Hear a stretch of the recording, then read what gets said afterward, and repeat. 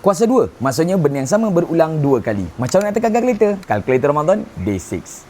5 kuasa 2 maksudnya 5 darab 5 kita akan dapat 25. Tekan kalkulator menggunakan button X kuasa 2. Tekan 5, tekan X kuasa 2 dapat. Nampak? 5 kuasa 2, 5 kuasa 2. Dapatlah 25. Sama?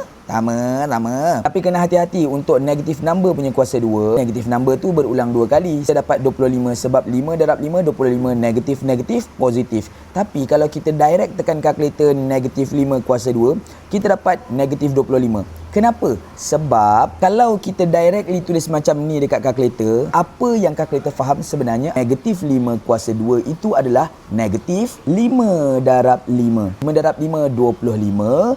Lepas tu dia letakkan negatif kat situ. Nampak? Itu sebab negatif 25 jawapan dia. So, kalau nak buat negatif 5 kuasa 2 macam ni, kena letak bracket. Buka bracket, negatif 5, tutup bracket, kuasa 2, tekan sama dengan, and this will be our final answer. Sama kan? Sama. Macam tu.